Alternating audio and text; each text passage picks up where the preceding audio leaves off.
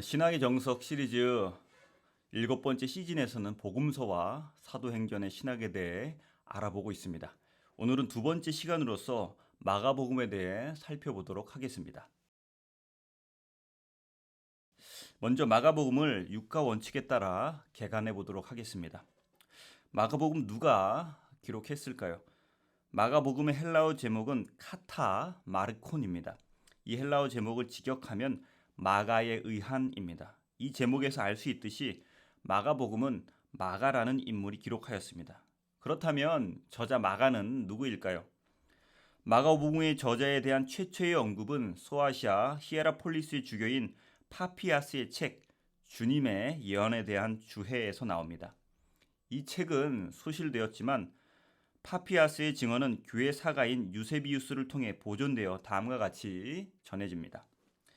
마가는 베드로의 통역자가 되어 베드로가 주님이 하신 말씀이나 행동에 대해 기억하는 모든 것을 정확하게 기록했는데 사실 두서가 있는 것은 아니었다.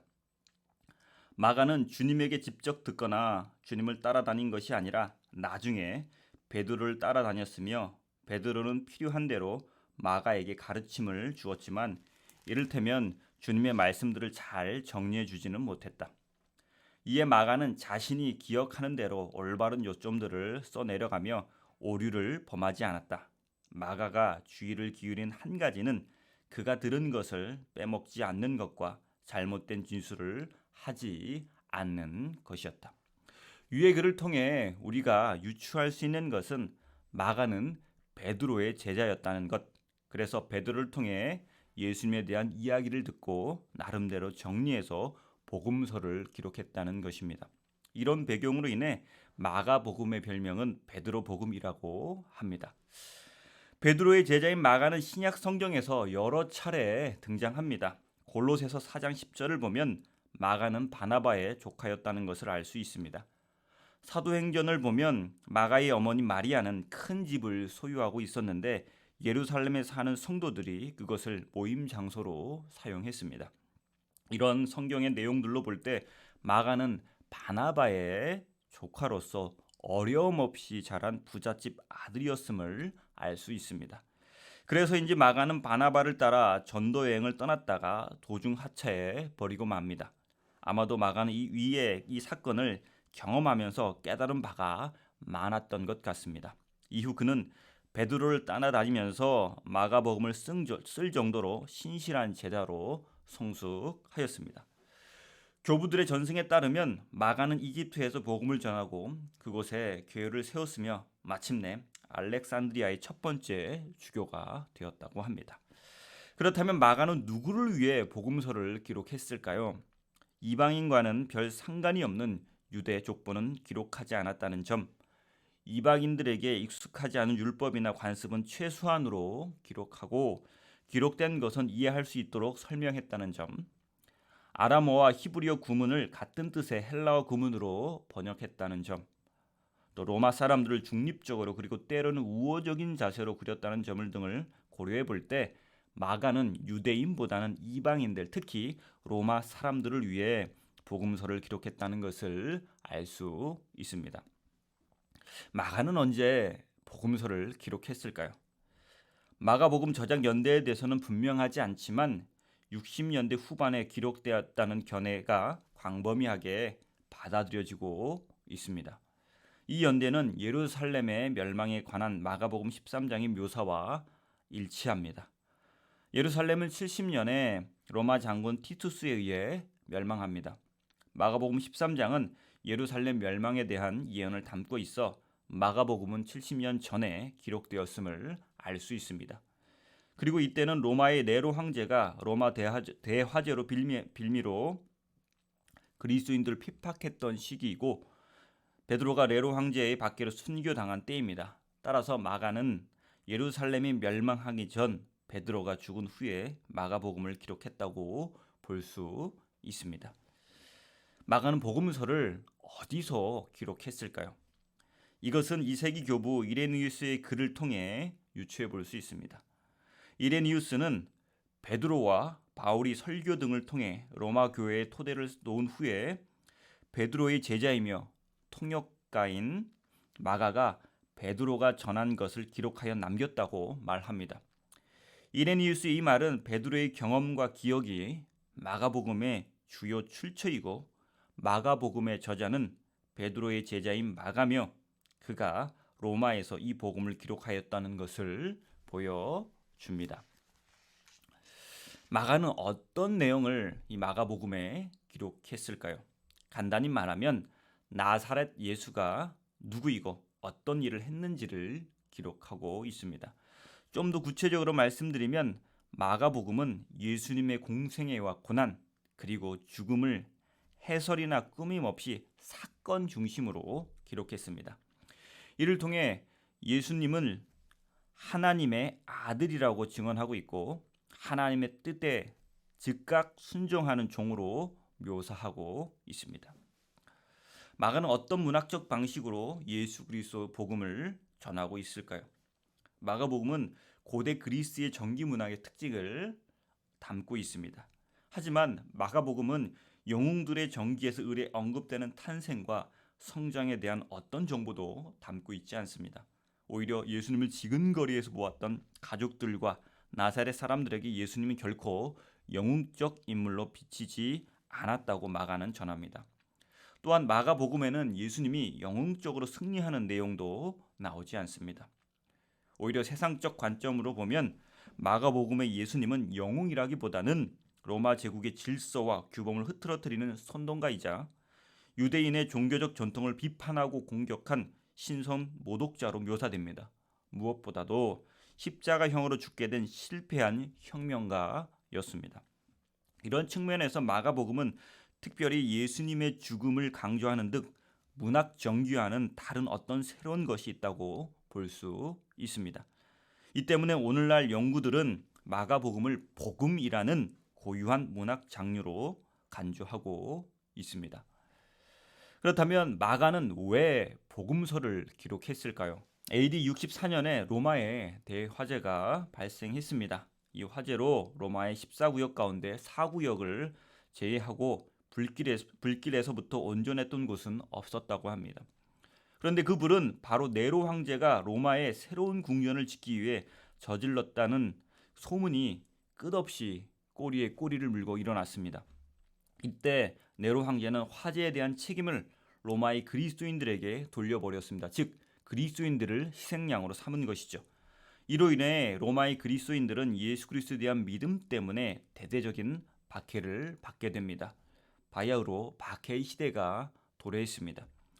당시 로마에 있었던 기독교 지도자 중에 한 사람이었던 마가는 언제 잡혀서 처형당할지 모르는 위험 앞에서 두려워하는 성도들에게 용기를 줘야 함을 알게 되었습니다.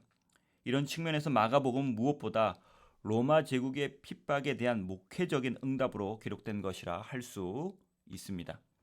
좀 더 구체적으로 말하면 네로 황제 통치 아래에서 박해받는 로마 교회 성도들이 고난 가운데서도 신앙을 잘 지킬 수 있도록 독려하기 위해 마가복음을 기록한 것입니다. 이를 위해 마가는 자신의 복음서에서 예수님이 누구이시고 그 사명이 무엇이었는지 자세히 그려내고 있는 것입니다. 이제 마가복음의 구조에 대해서 한번 살펴보도록 하겠습니다. 마가복음은 전반부와 후반부로 나누어 살펴볼 수 있습니다. 전반부는 예수님의 갈릴 사역에 대한 것으로서 1장 1절부터 8장 26절까지입니다. 갈릴리에서 사역하시는 예수님은 열심히 하나님 나라의 일을 하시는 종으로서 묘사되고 있습니다. 전반부에서 마가는 예수님의 행동을 강하게 부각시키는 방법으로 예수님의 여러 행동을 특히 이적을 먼저 제시한 다음에 그와 관련된 주제의 교훈을 연결시켜 한 묶음으로 편집하는 방식을 보여주고 있습니다.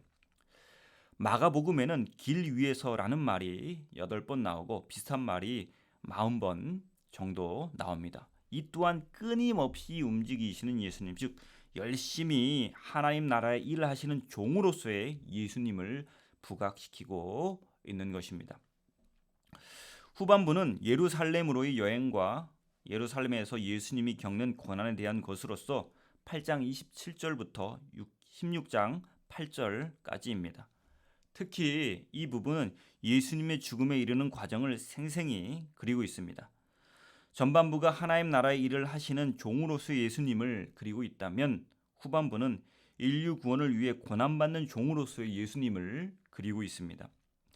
마가복음 전체 분량의 40%가 시간적으로는 3년의 공생애 중 단 일주일밖에 안 되는 예수님의 고난 주간에 집중되어 있다는 것은 고난받는 종으로서의 예수님을 마가가 강조하고 있다는 것을 잘 보여줍니다. 마가복음의 가장 오래된 형태는 천사가 예수님의 부활을 알려주는 16장 8절에서 끝이 납니다. 나중에 발견된 두 번째 종결부인 16장 9절부터 20절은 부활하신 예수님께서 제자들에게 여러 번 나타나시는 장면과 승천하시는 장면을 보여주고 있습니다. 이제 마가복음 전체 이야기를 간략하게 한번 요약해 보겠습니다. 마가복음 먼저 예수님이 누구인지 명확하게 선포하고 시작합니다. 마가복음 1장 1절입니다. 하나님의 아들 예수 그리스도의 복음의 시작이라. 이 말씀은 이 구절은 마가복음뿐만 아니라 복음서, 더 나아가 신약 성경 전체의 주제입니다. 이 주제 선포 이후에 마가는 예수님의 행적에 대해 자신이 베드로에게 들은 내용을 자세히 기록하고 있습니다. 예수님께서는 세례 요한에게 세례를 받으신 뒤 광야에서 40일 동안 사탄의 시험을 받으셨습니다. 시험을 잘 통과하신 후에 본격적으로 공생의 사역을 시작하십니다. 예수님은 갈릴리 호수를 중심으로 여러 지역을 다니시면서 제자들을 불러 모으시고 병자들을 치유하시며 또 기순이들을 쫓아내시는 등 놀라운 이적을 행하십니다. 제자들과 사람들은 예수님의 능력과 가르침에 놀랍니다. 그러나 갈릴리 지역에서부터 예수님은 유대 종교 지도자들과 정치 권력자들과 갈등을 빚기 시작합니다. 예수님께서는 제자들이 자신이 누구인지 깨닫기 시작할 무렵 그들과 함께 예루살렘으로 올라가십니다. 예루살렘으로 가는 길 위에서 예수님은 제자들에게 세 차례에 걸쳐 자신에게 다가올 순환과 부활에 대해 예고하시지만 제자들은 이해하지 못합니다. 예루살렘에 도착한 예수님은 성전으로 가서 장사하는 사람들과 환정상들을 쫓아버리시고 유대 종교 지도자들과 신학적 논쟁을 벌입니다. 그러나 12 제자 중 한 사람인 유다가 예수님을 배반합니다. 결국 예수님은 제자들과 함께 유월절 저녁 식사를 나눈 후 겟세마나에서 기도를 마치시고 돌아가시는 중에 붙잡혀 대제사장 중심으로 한 유대 종교 지도자들에게 신문을 당합니다. 그들은 예수님을 로마 총독 빌라도에게 넘기고 빌라도는 결국 그들의 요구대로 예수님을 십자가에 못 박으라고 넘겨줍니다. 십자가에 숨을 거둔 예수님은 아리마대 사람 요셉이 자신의 무덤에 모십니다. 그런데 안식일이 지나고 여인들이 무덤에 가보니 그 안에 예수님은 없고 무덤은 비어 있었습니다. 그곳에서 흰 옷 입은 청년이 여인들에게 예수님께서 부활하셨다는 것을 제자들에게 전하라고 명령했으나 여인들은 두려워서 자신들이 본 것을 아무에게도 전하지 않았습니다. 그 이후에 예수님께서는 제자들에게 나타나셔서 만민에게 복음을 전파하라는 사명을 주시고 승천하시고 하나님 우편에 앉으셨습니다. 마가복음은 제자들이 예수님께서 주신 사명을 감당하는 장면으로 끝이 납니다. 이제는 마가복음이 가지고 있는 특징에 대해서 한번 살펴보도록 하겠습니다. 복음서에는 마태복음이 맨 처음 등장하지만 가장 먼저 기록된 것은 마가복음입니다. 대부분의 학자들은 마태복음과 누가복음은 마가복음을 기초로 해서 기록되었다고 보고 있습니다. 그리고 마가복음은 4개의 복음서 가운데 분량이 가장 적습니다.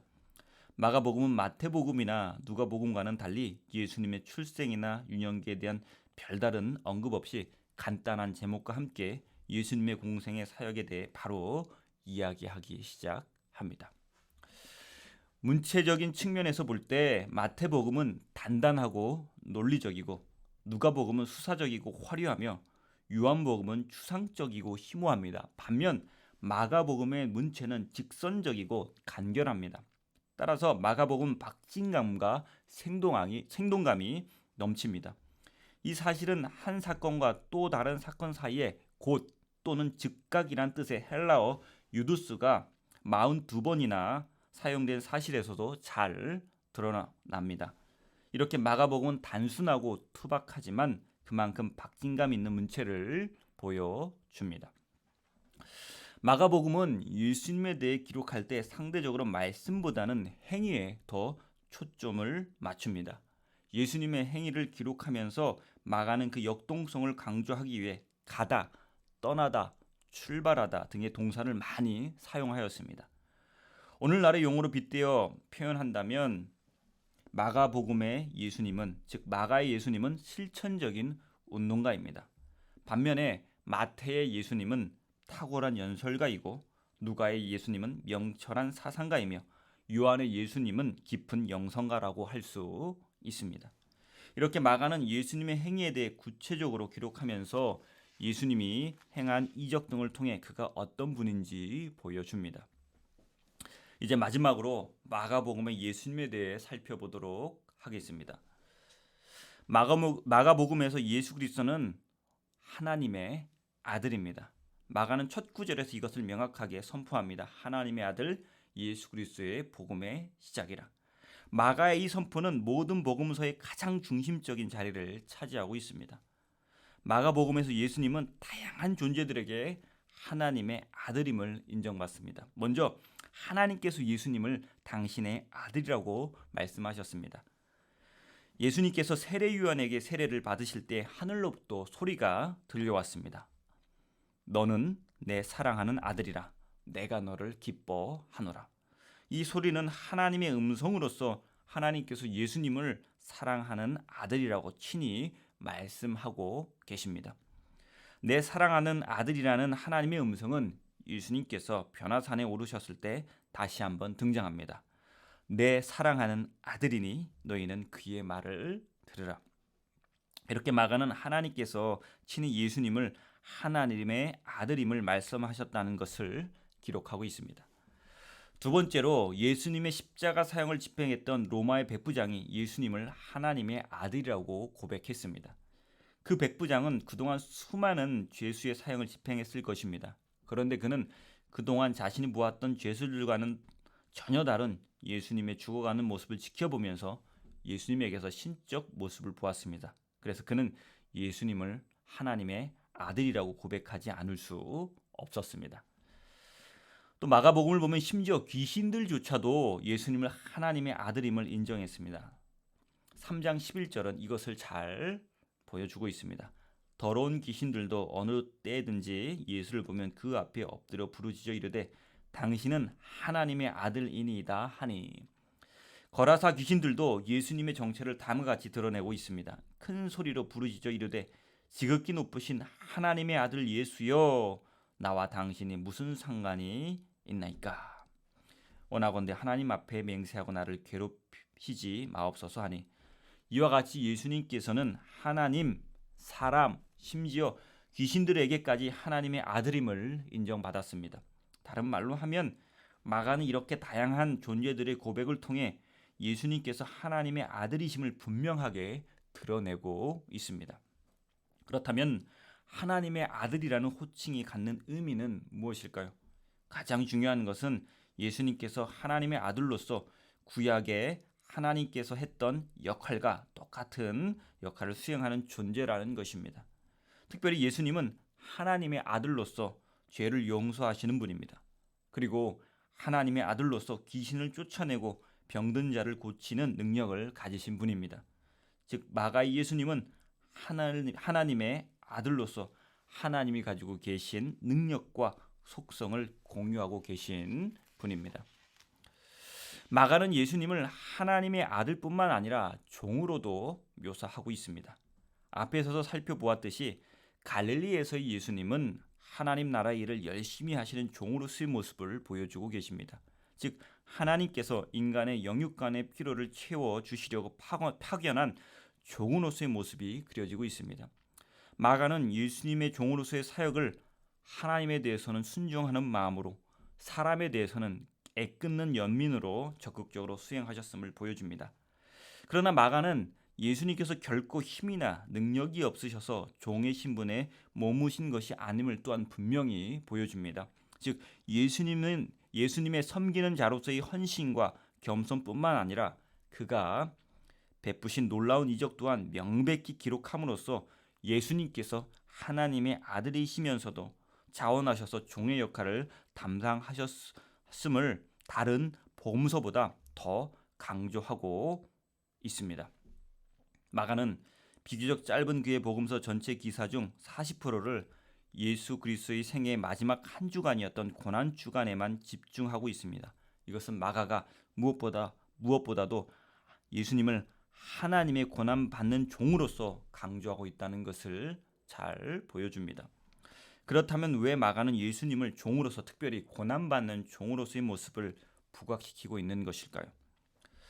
마가는 박해라는 시련 앞에서 두려워하고 믿음이 흔들리는 그리스도인들에게 용기를 주고 그들이 예수 그리스도에 대한 믿음을 굳건하게 지킬 수 있도록 도와주고 싶었습니다. 그래서 그는 먼저 지금 성도들이 받고 있는 모든 고난은 이미 주 예수 그리스도께서 감당하신 것들이라는 사실을 증거하고 있는 것입니다. 마가는 고난받으신 예수님을 보여주면서 신앙 때문에 고난받는 성도들을 위로하고자 했습니다. 그래서 마가가 기록한 고난받으신 예수님의 모습을 보면서 로마 교회 성도들은 자신들이 처한 상황과 두려운 마음을 그 누구보다도 예수님께서 잘 해하실 것이라고 믿었을 것입니다. 또한 마가는 하나님께서는 그의 아들 예수 그리스도의 신실한 복종에 대한 응답으로서 고난을 능히 감당할 만한 힘을 그에게 주셨고, 또한 예수님을 부활시킴으로써 예수님의 결백과 능력을 만방에 알리셨음을 집중 보도합니다. 왜냐하면 이와 같이 주님께서 부활하셨다는 사실은 바로 하나님을 신뢰하고 그분께 신실함을 지키는 사람에게 있어서 고난과 죽음이라는 것이 결코 마지막이 아님을 확증하는 것이기 때문이었습니다. 그리고 마가는 성도들이 예수님의 제자로서 예수님과 똑같이 섬기는 종으로서의 삶을 살라고 권면하고 있습니다. 그래서 마가복음의 핵심 구절 중 하나는 10장 45절이라 할 수 있습니다. 인자가 온 것은 섬김을 받으려 함이 아니라 도리어 섬기려 하고 자기 목숨을 많은 사람의 대속물로 주려 함이니라. 고난과 박해는 초대교회만 국한된 것이 아닙니다. 성도들과 교회가 온전히 예수 그리스도를 따라간다면 세상으로부터의 박해는 세상 끝날까지 계속될 것입니다. 신앙으로 인한 고난이 올 때 두려워하지 마십시오. 그리고 도피하지 마십시오. 두려움과 도피는 해결책이 되지 못합니다. 마가복음은 고난의 시기에 오직 하나님의 아들이시며 고난받는 종이신 예수 그리스도를 온전히 믿으라고 선포하고 있습니다.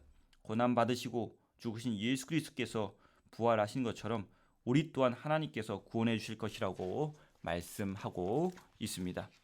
신앙생활 하기 정말 어려운 시기입니다. 마가복음 묵상하시면서 이 어려운 시기를 잘 이겨내시길 간절히 바랍니다.